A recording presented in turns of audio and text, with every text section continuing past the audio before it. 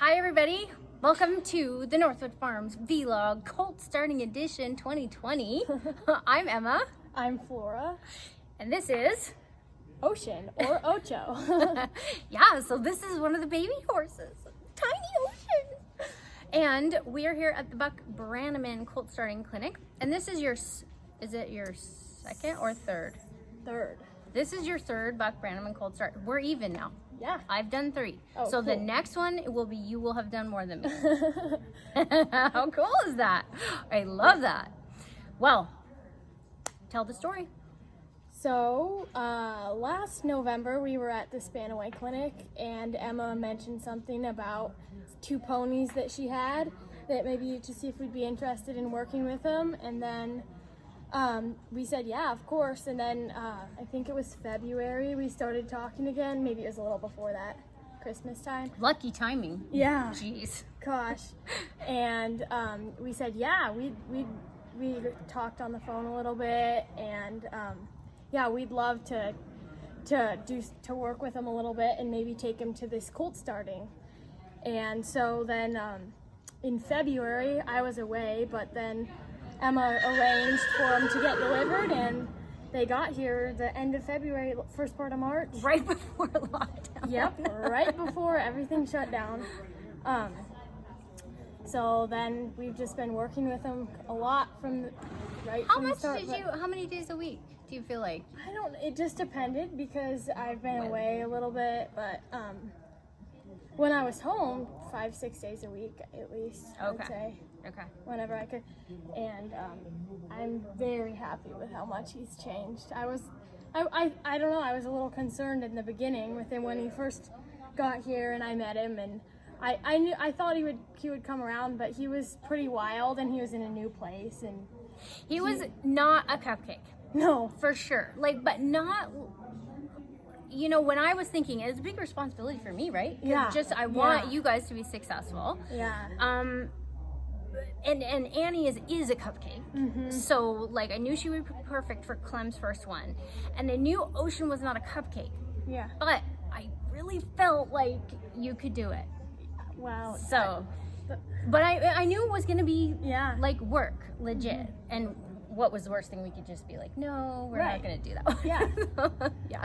But no, what was the hardest thing? I mean, he was just scared of he was just scared, and we got him into the round pen one day, and I got the rope on his neck and we were switching eyes. It was kind of not long after we got him, and then we tried to lead him back to the corrals and he got loose, and there was a bunch of things, but we got him back in and he was okay. But at that point I was like, wow, I have my hands full here.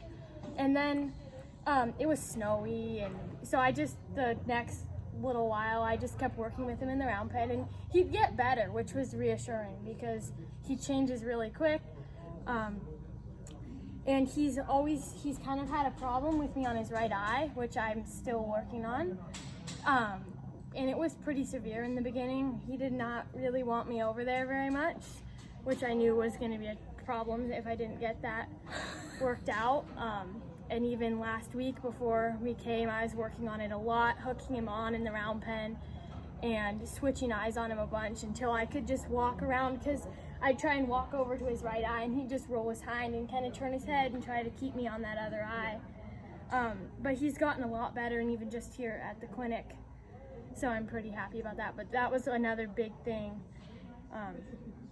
And then when he has pressure, and Buck was saying it on Thursday when he started working him around, anytime he has pressure, he accelerates and gets faster, which is okay. I don't mind that. It's better than him getting tight. But that's kind of what I've been working on with him, and you have to go nice and slow. And sometimes, the energy gets dialed up, but then you have to help him bring it back down. And if you just keep the energy up like that, he doesn't get any better. He just kind of gets all stressed out. So he taught me a lot about going slow and bringing stuff up and working through that, but then also just going slow and at a pace he could handle. Yeah, the tube of toothpaste thing. I was thinking about that. We've heard that before, right? Yeah. But if you can strategically squeeze it out, that's a lot easier than just like stomping on it and it sort of goes everywhere. But if you guys remember, you can go to emmadaileyklein.com and read the blog I did about him. But you know, I was glad I knew how to corner him, because there were a couple times when he got scared and I really did have to get low because he was out of there. Yeah. So it looked so lovely, you guys, in the round pen today, and so cool. It's such a neat feeling when it works. Yeah. Isn't it? I had some doubts. I think I doubted myself for the first ride, and I didn't know what he was going to do. I didn't really think he was going to buck, because that hasn't really been what he's done with me in the past. With other things, when he gets introduced to new things, he usually just runs. So I thought he would probably scoot. I didn't know. You never really know exactly what they're going to do, but I was a little bit concerned, and he was just great. We had a little bit of trouble with some flexions when I got on, which I was surprised about, because I thought I had it solid on the ground. Obviously you probably did. But it just changed when I got on. Yeah. And I was probably a little nervous and tight, and that didn't help. But I'm just so happy with how he did.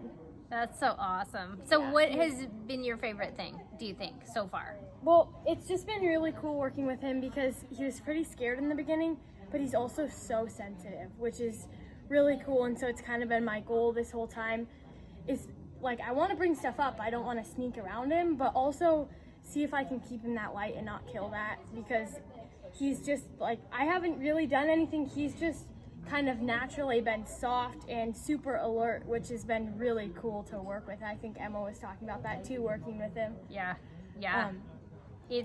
Because it's like you can just flow around, and so long as it takes a lot of brain power, right? Yeah.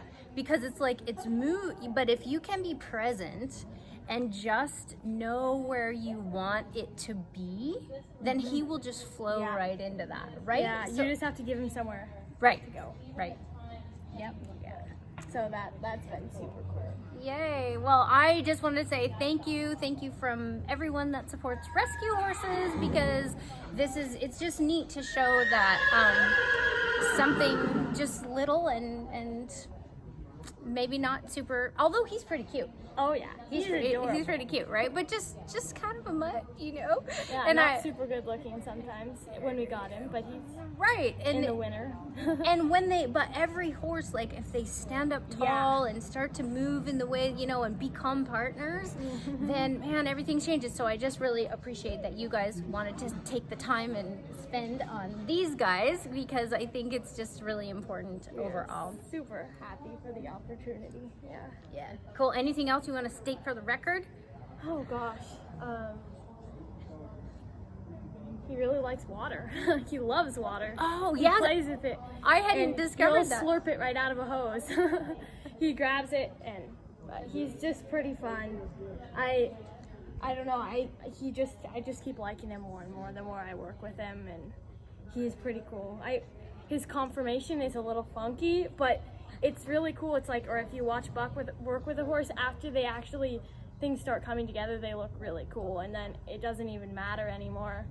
And now I actually love his conformation, which is kind of cool. But that's a big deal. That's so huge, because you can chase, and if you had an unlimited budget, and we know people that do, you know, you can just buy whatever you want, and yet there's magic in a curriculum that works with the horse's mind, body, and soul together, right? So it's fun to see that appearing as if out of nowhere, right? Nowhere but blood, sweat, and tears, right? Yeah.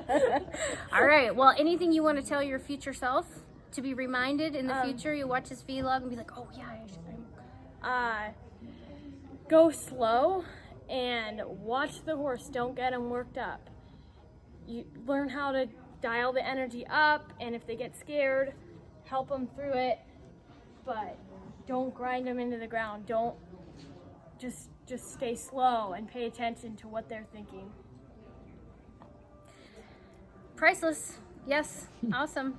Well, thanks for being here, and we'll say we hope you guys are doing good, and we'll see you guys probably another time too, right? Yep. All right.